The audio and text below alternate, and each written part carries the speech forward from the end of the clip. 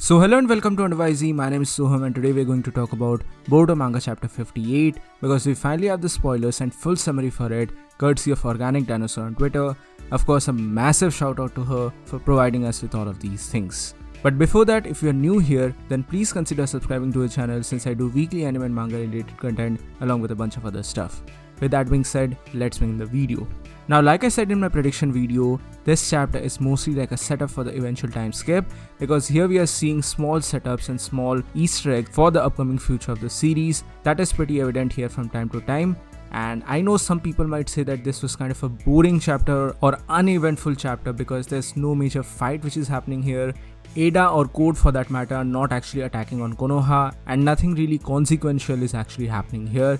But in spite of all of this, this was a pretty interesting chapter or rather pretty important chapter because it is sowing the seeds for some of the most important things that are about to happen. From time to time, it is necessary for these kind of chapters to actually take place and just break the monotonous fighting of the series. Now let's begin with the title of this chapter because this is something which is really interesting for me and I'm not really seeing a lot of people who are actually acknowledging the beauty of this thing.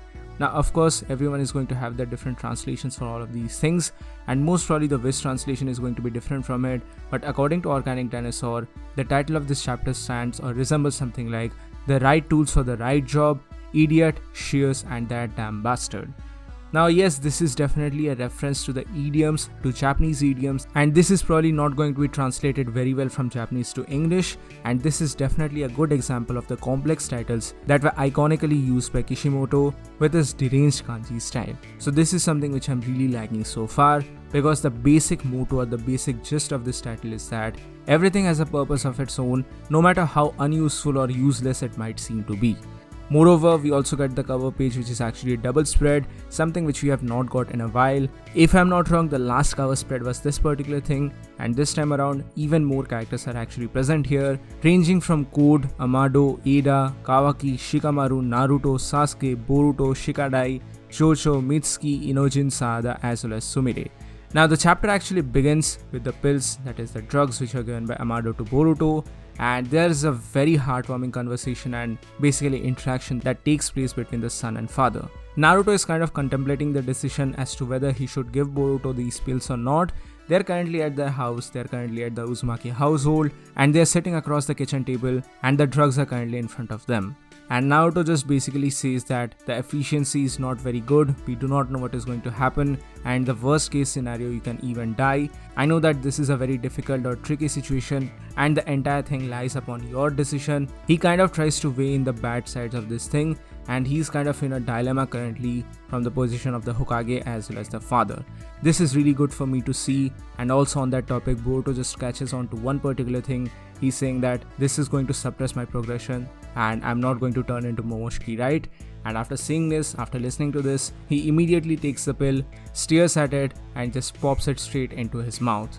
Naruto is totally taken aback by this and he's like, what the hell are you doing? What are you doing? Why are you doing this? He's just taken aback by all of this. He did not expect Boruto to just seemingly pick it up and just use it in that way. He screams, literally screams that, were you even listening to anything which I said?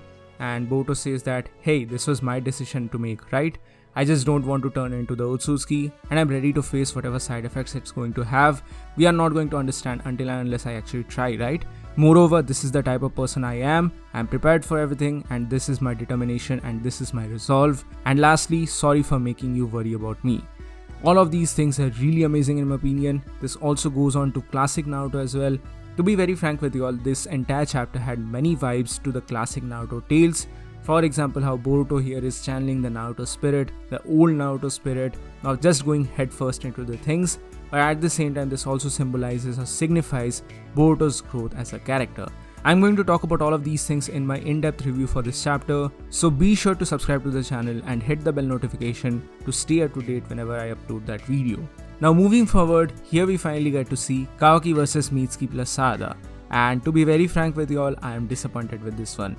All of them are currently at the training grounds. Kawaki, Mitsuki, Boruto and Saada, they are sitting on the training grounds, and from the distance we can even see Naruto and Konohamaru who are looking forward to all of this. Now all of them are kind of having an argument here as to what exactly is the correct combat scenario, and Kawaki is basically not content with their point of view and he has a fallout and bickering with basically Saada as well as Mitsuki. Now here I am kind of disappointed because I was actually expecting to see a proper fight that takes place between Kawaki as well as Mitsuki and Sarada, but unfortunately enough, that is not what we get. We get a bickering scene between all of these characters. Sarada is not accepting the point of view of Kawaki, and the same goes forward for Mitsuki as well. They're trash talking, they're calling themselves names and whatnot. This is really childish and immature considering the current situation that they are going through. Moreover, Sarada, being the quote-unquote leader of this group, should have been more accepting of Kawaki because he's the person who actually knows the Kara organization. He's the person who is going to provide them with more information, but no, she's just going on and on and on. This is one development about Sarada which I'm not really liking, and this makes me worry more about Kishimoto channeling her character into the Sakura archetype. And on that matter, Mitsuki as well is kind of wasted here because he just has one bout with Kawaki and he's just using his snaky arms, just that's it, nothing more than that. I'm really displeased with this because initially after seeing the early spoilers, I thought that yes, finally we are going to see some much needed action from Sarada as well as Mitsuki because they have been really not relevant in the story so far, especially Mitsuki. He has been a tertiary character and I don't know if he has gone down or below that even now. And after some back and forth where Sarada is literally angry at Kawaki for some reason, like it's really not clear here why she's acting so weird in front of Kawaki. But anyway, Boruto interjects into all of these things and he says that he's going to face off against Kawaki now. And okay, I admit that the next part is pretty good. Kawaki vs Boruto happens for a very good reason, but this is something which I'm really not liking. I did not like the Kawaki vs Mitsuki plus Sarada because I feel like I was totally baited for this one. I just want to see them more involved into the series without diverging into the archetype character roles, and I just want to see them develop as unique characters and not just some brat for that matter.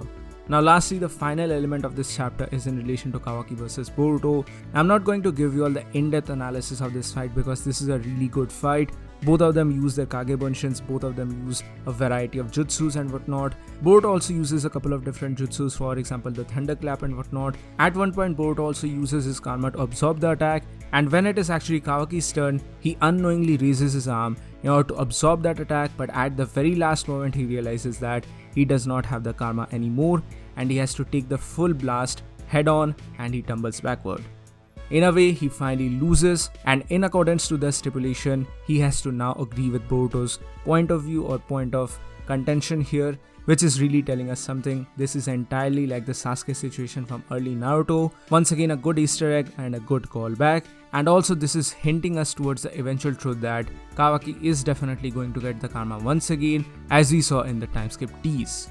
Because here one of the major reasons why Kawaki is acting in such a manner is that he wants to try to protect Nanadaima at all costs, and to this Boruto states that I finally understand you, I finally understand how you're different from the time we first met, because you're trying to take the burden all alone on yourself and you're feeling like it's solely your responsibility that Konoha and Naruto are being attacked by Kara.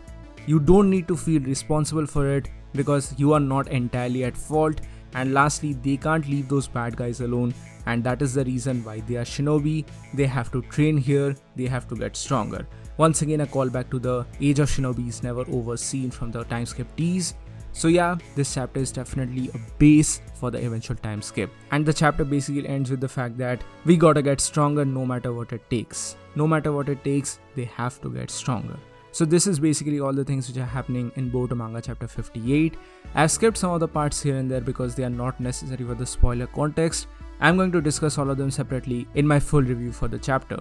So be sure to subscribe to the channel and hit the bell notification to stay up to date whenever I upload that video. So that's it for today guys, thank you so much for watching. Please give this video a thumbs up if you like it, share it with your friends and subscribe to the channel for more. Also, please do mention your thoughts in the comment section below. Lastly, please do join the channel membership for some very cool perks and features. With that being said guys, this is WonderYZ and I'll see you soon on the next one.